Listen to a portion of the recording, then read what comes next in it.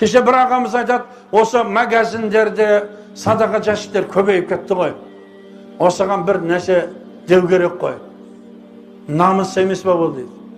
Мен айтам, намысыңыз күшті екен ғой деп айтам. Бірін өлтіріп атқан сол арақтың арқасынан, қанша әйел жесір болып атыр арақтың арқасынан, қанша бала жетім болып атыр арақтың арқасынан.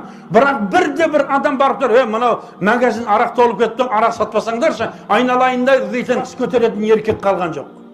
Бар ма сондай еркектер? Қане сондай еркектер? Қайда сондай еркектер? Бірақ сол жерде бір садақа жәшікті көріп қалды бейшаралар. Осы садақа жәшікпенен адамдар байып жатыр екен деп қалды. Магазинге барып қалатын болсақ, адырасман тұрады, гәлімдері тұрады, қып-қызыл болып, ол да қорап кеткен өш. Бір сүйектер іліп қояды. Астақпа, бұл жындардың мекені қып тастайды бұл магазиндерді. Ал садақа бәлені қайтарады.